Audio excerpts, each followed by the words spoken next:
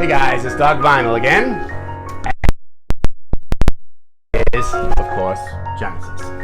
And I'm playing an early piece from their Selling England by the Pound album with Peter Gabriel, and this, of course, is Fifth of Firth.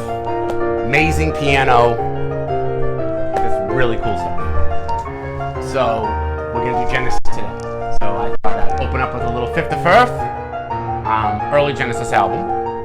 It's cool stuff. So, without further ado, let's move on. Peter Gabriel vocals. Some great stuff.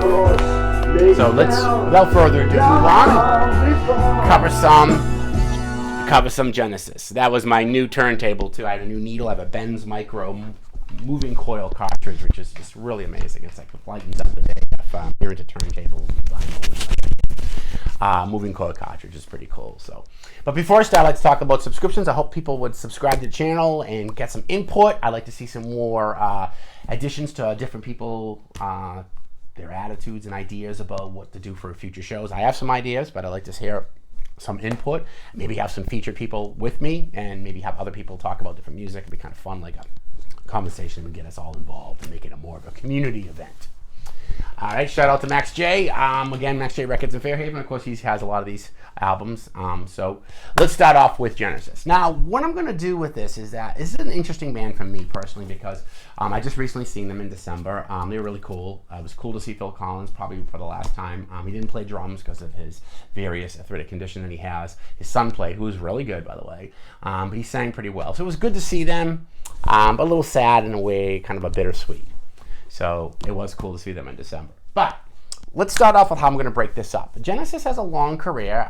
This is not a complete discography because I don't do We Can't Dance, and I think they did another album after that. The last two albums I just don't consider them really Genesis. They were kind of commercial albums based on their previous successes. But we're going to break it up into Genesis A, B, and C. Three different bands, really. The A is the first band. Even A is kind of broken up into part 1 and 2, and then band B, and then band C. So let's start off with the formation of Genesis is 1967, and their first album comes out in 1969 called Genesis, from Genesis Revelations. And this, of course, is on, what label is this on? This is, and I can barely read this time. I'll put my glasses on and get this one. This is on,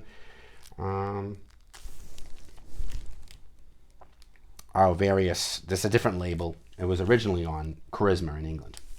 Okay, the band members in this band are a lot different. This is Peter Gabriel on lead vocals, flute, accordion, tambourine. Anthony Phillips was the main guitarist. Tony Banks played organ, piano, mellotron, guitar, and some voices. Mike Rutherford played bass, 12-string bass, cello, and vocals. And John Silva was the original drummer and percussions. This album has some pretty cool songs on it, where the sour turns to sweet in the beginning, Fireside Song, The Serpent, Am I Very Wrong, and In the Wilderness. Side 2 has The Conqueror, In Hiding, One Day, Window, In Limbo, Silent Sun, A Place to Call My Own. Very cool. It establishes the beginning of the Genesis sound. Again, they were still finding their way. This album was not successful at all. It had a very little commercial implant.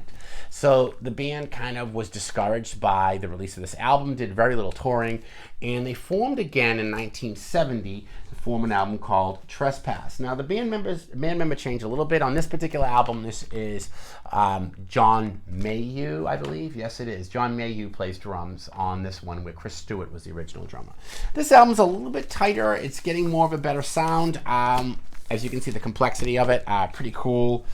Very much in the prog element of it. And it was a very, very competitive prog scene at the time. You figure in 1970, 71, you had bands breaking like Yes in the previous year, Emerson, Lake and Palmer, King Crimson, and then you had other smaller bands that weren't as big, but were definitely present, like Gentle Giant, and of course Camel and Budgie and what have you. Now this album's really good.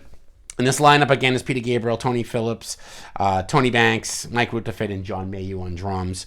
Does some vocals, too. Very cool. Again, it has a very kind of a ethereal feel to it and very cool sonic landscape. Now, this album leads to their third album, which is really their first serious commercial success for the band. And that album comes out in 1971, and it's called Foxtrot. This establishes them as a premier prog band and a stage act, with Peter Gabriel dressing up as the fox in the dress. Cool stuff. Now, this is an interesting album because this is the first album to feature Phil Collins. And there's a band shakeup. And this is where I get into what I call Genesis B. This is the Genesis Part A, Part 2 squad. So this is... The drummer is, of course, replaced by Phil Collins, who also sings on this one. And the guitarist, Anthony Phillips, the original founder, leaves, and Steve Hackett joins the band. And again, this is the Genesis that we kind of know of the most successful. The old Genesis, which is Peter Gabriel, Tony Banks, Mike Rutherford, Steve Hackett, and Phil Collins. This has Get 'Em Out by Friday, Timetable, Mr. Hall, Watches of the Sky, a very, very cool song, and then, of course, the famous Supper's Ready. These were very much prog epic songs that were textured, and this creates the Genesis soundscape, which I call. And I'm going to quote myself because I wrote down a little quote thinking about what way to sum up Genesis. And I sum up Genesis as an eccentric landscape with sonic textures with full integration of a sound wall of voice and instrumentation. And that is really Genesis. Lots and lots of music, lots of sound, melodic and harmonic integration that is very cool. Very, very cool album. Now, with Phil Collins on board in Foxtrot, they lead to their fourth album, which, of course, comes out in 1972. And this, of course, is Nursery Crime. And this, I believe, is the first album that features Phil Collins on vocals, which I believe is... Or did he...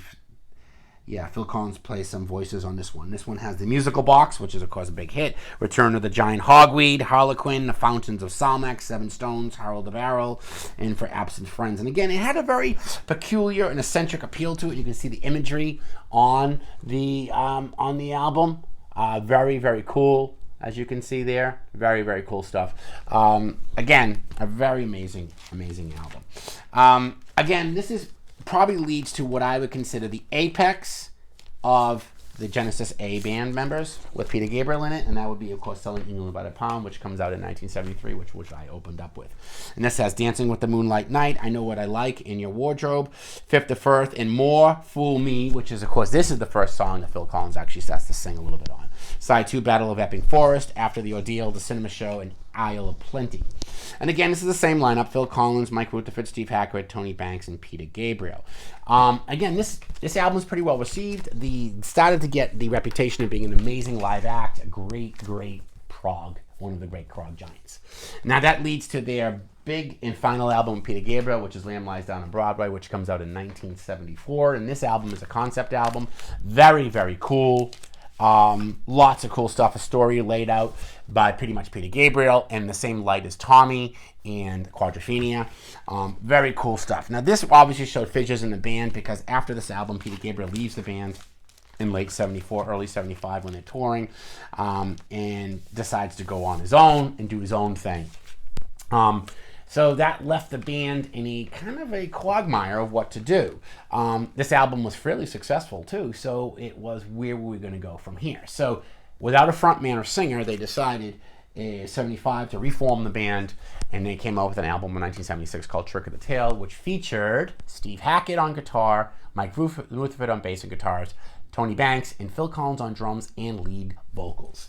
And this was really the first album that introduced me to the early Genesis period, because before I'd been basically Abacab and Duke and Invisible Touch era, because those albums came out when I was in my younger prime. This album is really cool. This has Dance on a Volcano, Los Endos, and this album has a lot of key, really excellent prog pieces to it. As you can see, again, in the same Mad Hatter, Mad Moon Rising, Assault, of course, Assault, Robbery, Assault, and Battery, one of my favorite ripples, and then, of course, A Trick of the Tail. The Dance on a Volcano has that really cool intro. Just really cool stuff. And it really started to showcase the lead vocals and singing of Phil Collins. And of course, they had to figure out very, very quickly of the intricacy of this music. Could Phil play drums and sing at the same time? Now, not to discourage other people that did it, like Don Henley and others, and they did a good job, but their songs were a lot more basic than this. So they had to, when they went on tour, they had to incorporate other drummers, which I'm going to talk about a little bit when I'm going to cover one or two of their live albums. And the reason for it is to allow Phil Collins to do lead vocals, because he couldn't sing and play drums at the same time. Not at the level of intricacy in which they laid out these songs. So the next album that comes out in 1977 is the last album to have, gotta get this in there. Last album to have Steve Hackett in the band, and this, of course, is Wind and Wuthering. After this album, Steve Hackett leaves. This is on Atco, and this is some good stuff. Not as strong as Trick of the Tail, but a decent album nevertheless. Has some pretty good songs on it. It has, let me see. I haven't listened to this album for a while, actually. 11th Ear, One for the Vine, Your Own Special Way, Watt Gorilla, and then side 2 has, let's see here. Side 2 has All in the Moose Night, Blood on the Rooftops, Unquiet Slumbers for the Sleepers, In That Quiet Earth, and Afterglow, which was one of the bigger songs on this that they played live. Afterglow. And this was a really good album, but just not as successfully strong as Trick of the Tail. Now, when Steve Hackett leaves, that's the B band. That leaves us to the final integration of Genesis. Now, at that point, the band forms and it calls And Then There Was Three, and this album comes out in 1978, and this starts to take a different light and a different sound of sound landscaping. This has Down and Out, Undertow, Ballad of Big, Snowbound, and Burning Rope, Deep in the Mother Lode, Many Too Many, Scenes from the Night's Dream, Say It Another Joe, The Lady Lies, and then, of course, the big hit, Follow You, Follow Me, which was a really big Phil Collins hit. Now, the cool thing about this album is that it really started to show the three core members of Mike Rutherford, Phil Collins, and Tony Banks as the main producers.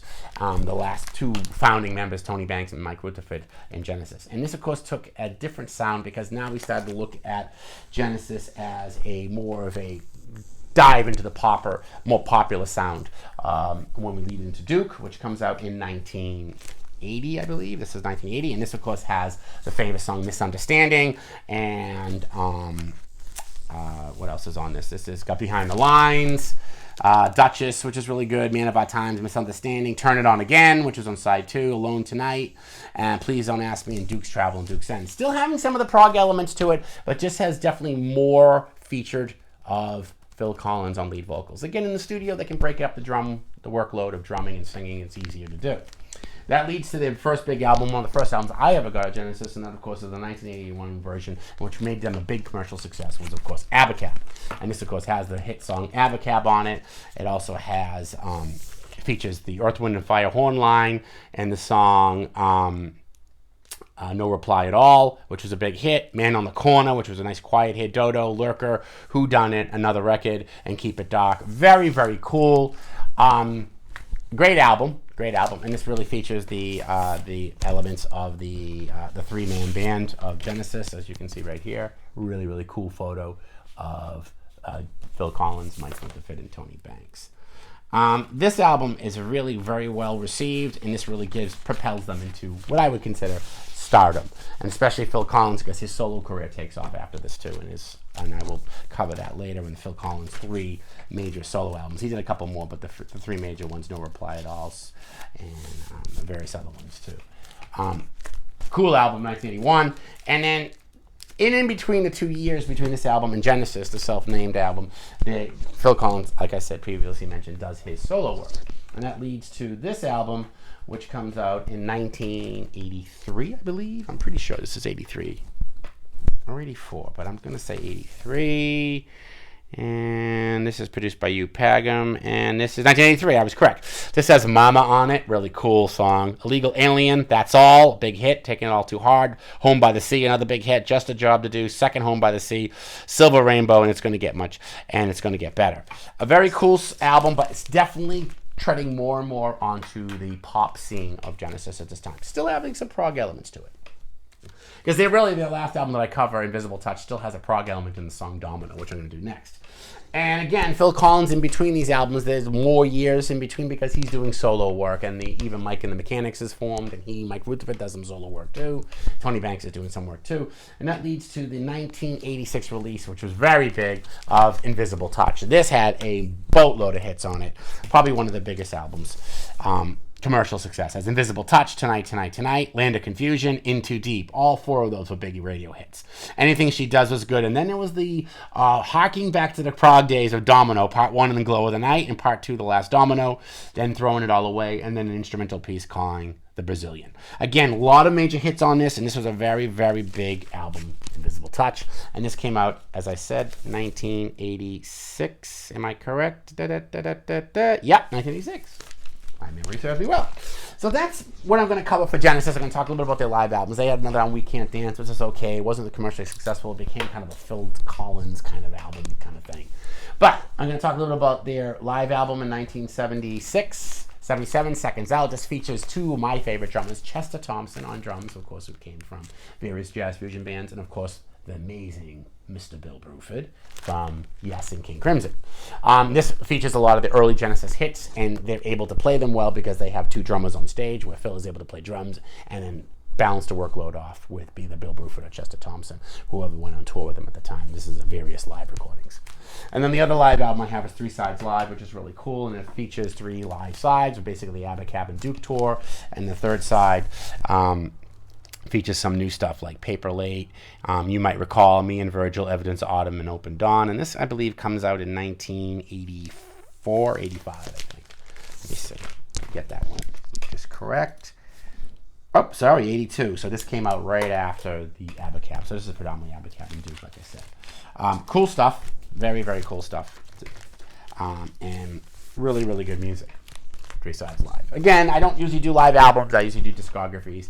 I'm not going to rate these albums. If I did, I mean, my number one would probably be Selling by the Pound. Probably now my favorite Genesis album, and then various ones after that. But this is coverage of the band Genesis. They really interesting of those 3 elemental stages of the band. The formation band with Peter Gabriel and Anthony Phillips, and then the different drummers, Chris Stewart and John Mayhew on the first 2 albums, and then of course Phil Collins joins the band, which I really call the A band, the really band that we understood when they produced the big albums of Foxtrot, Foxtrot, Selling by the Pounds, Lamb Lies Down on Broadway, and Nursery Crime. Those are really those big albums. And then once Gabriel leaves the band, it changes in the structure of Genesis. Now, Genesis is interesting because of the sonic landscape and the interesting textured music. They started out as a really strict prog band, and then they really evolved into more of a pop/slightly prog band.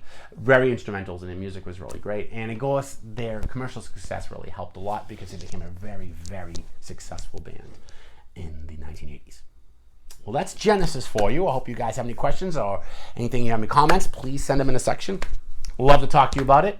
And that's Doc Vinyl for this week, and we'll see you next week. Stay safe, guys.